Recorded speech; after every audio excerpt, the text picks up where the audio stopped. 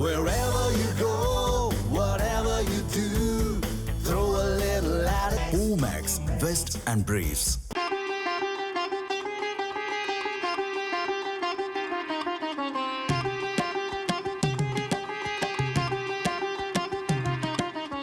ஈரோடு மாவட்டத்தில் அமைந்துள்ள பவானிசாகர் அணை 1955ஆம் ஆண்டு பயன்பாட்டிற்கு வந்தது.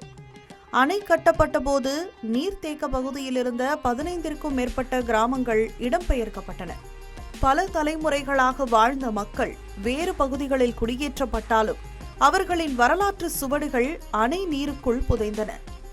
அணையின் நீர்மட்டம் 50 அடிக்கும் கீழ் குறையும் போது டனாயக்கன் கோட்டை, திப்பு சுல்தானின் ஆயுத கிடங்கு, பழமையான சிவன் கோயில் உள்ளிட்ட வரலாற்று சின்னங்கள் மீண்டும் வெளிப்படுகின்றன.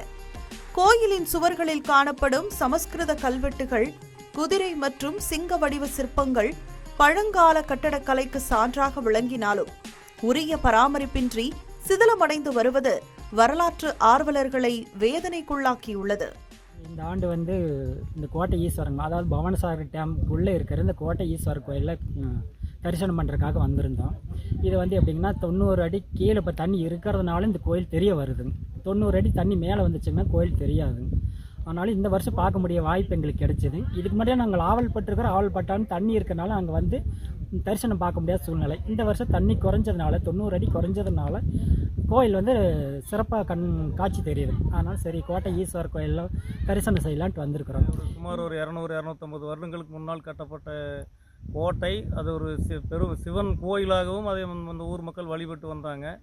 பவானிசாகர் டேமில் அணை தண்ணி ஒரு 30 அடிக்கும் கீழே வரும்போது மட்டும் அந்த தனநாயக்கன் கோட்டை தெரிய எல்லோரும் போய் பார்ப்போம். ஆனால் அது அப்படியே சிதலம் அடைஞ்சு இப்போ அந்த காலத்தில் ராஜராஜன், சோழன் உள்பட்ட மன்னர்கள் கட்டின கோயிலுக்கெல்லாம் ரொம்ப சிறப்பாக இன்றைக்கி எடுத்து வழி நடத்திட்டு வர்றாங்க. ஆனால் இந்த வரலாற்று சிற்பமிக்க தனநாயக்கன் கோட்டை சிதலம் அடைஞ்சு அது என்ன ஆச்சுன்னே தெரியாத கிடக்குது. அதனால் இந்த ஆட்சியாளர்கள் அந்த தனநாயகன் கோட்டைக்கு தொல்லியல் துறையும் அதை இணைஞ்சு அந்த தனநாயக்கன் கோட்டையை புனரமைத்து வழிபாட்டு தலமாக மாற்றினால் நல்லா இருக்கும் என்று இந்த கிராமத்தில். தற்போது இந்த கோட்டையை படகு அல்லது பரிசல் மூலம் மட்டுமே அடைய முடிகிறது. நீர்மட்டம் குறையும் காலங்களில் சுற்றுலா பயணிகளும் பக்தர்களும் கோட்டைக்கு சென்று பழமையான சிவன் சன்னதியில் வழிபட்டு வருகின்றனர். அணை கட்டப்படுவதற்கு முன்பு இருந்த மூலவர் சிலைகள் தற்போது கீழ்பவானி பகுதியில் அமைக்கப்பட்டுள்ள கோட்டை கோயிலில் பாதுகாக்கப்பட்டு வழிபாட்டில் உள்ளன. அதே நேரம் பீரங்கி மேடை உள்ளிட்ட பல வரலாற்று சின்னங்கள் இன்னும் அணை நீருக்குள் மூழ்கியே உள்ளன. பவானிசாகர் நிலங்கட்டுறதுக்கு 8, இந்த பக்கம் மாயாத்துக்கு இந்த பக்கம் 8 ஊரும், பெரியாற்றுக்கு அந்த பக்கம் ஒரு 7 ஊரும், மொத்தம் 15 ஊர்கள் இந்த பவானிசாகர் அணை கட்ட நிலம் கொடுத்த விவசாயிகள். அன்றைக்கு தனாக்கெங்கோட்டை என்ற ஒரு மிக புகழ்பெற்ற ஒரு கோயில், அந்த கோயில் இன்னும் இருக்கிறது. ஆனால் அங்கிருந்து வெளியேற்றப்பட்ட விவசாயிகளுக்கு, பொதுமக்களுக்கு எந்த விதமான தண்ணீர் வசதியும் செய்து கொடுக்கவில்லை. ஃபாரஸ்ட் வச்சு காடாக கொடுத்தாங்க, அந்த வீடு கட்டுறதுக்கு இடமா கொடுத்தாங்க, எல்லாமே கொடுத்து போட்டு தண்ணி மட்டும் கொடுக்கலின்னா எப்படி விவசாயம் பண்ண முடியும்? எங்களுக்கே குடி தண்ணியிலிருந்து இப்போ விவசாயம் பண்ணக்கூடிய தண்ணீர் எங்களுக்கு பம்பிங் மூலமாக கொடுத்தாங்கன்னா மிக பெரிய துணையாக இருக்கும்னு நாங்கள் நம்புகிறோம். அணைக்காக சுமார் 6000 ஏக்கர் விவசாய நிலங்களை இழந்த கிராம மக்கள் 3 தலைமுறைகளாக அடிப்படை நீர்ப்பாசன வசதிக்காக காத்திருப்பதாகவும் வேதனை தெரிவிக்கின்றனர். அத்திக்கடவு, அவிநாசி திட்டத்தின் மூலம் தங்களது கிராமங்களுக்கும் தண்ணீர் வழங்க நடவடிக்கை எடுக்க வேண்டும் என்றும் அவர்கள் வலியுறுத்துகின்றனர்.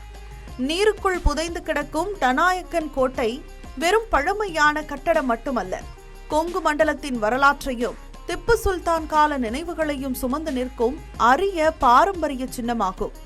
எனவே தொல்லியல் துறையினர் விரிவான ஆய்வு மேற்கொண்டு இந்த இடத்தை பாதுகாக்கப்பட்ட வரலாற்று சின்னமாக அறிவிக்க வேண்டும் என்பதே பொதுமக்கள் மற்றும் வரலாற்று ஆர்வலர்களின் ஒருமித்த கோரிக்கையாக உள்ளது.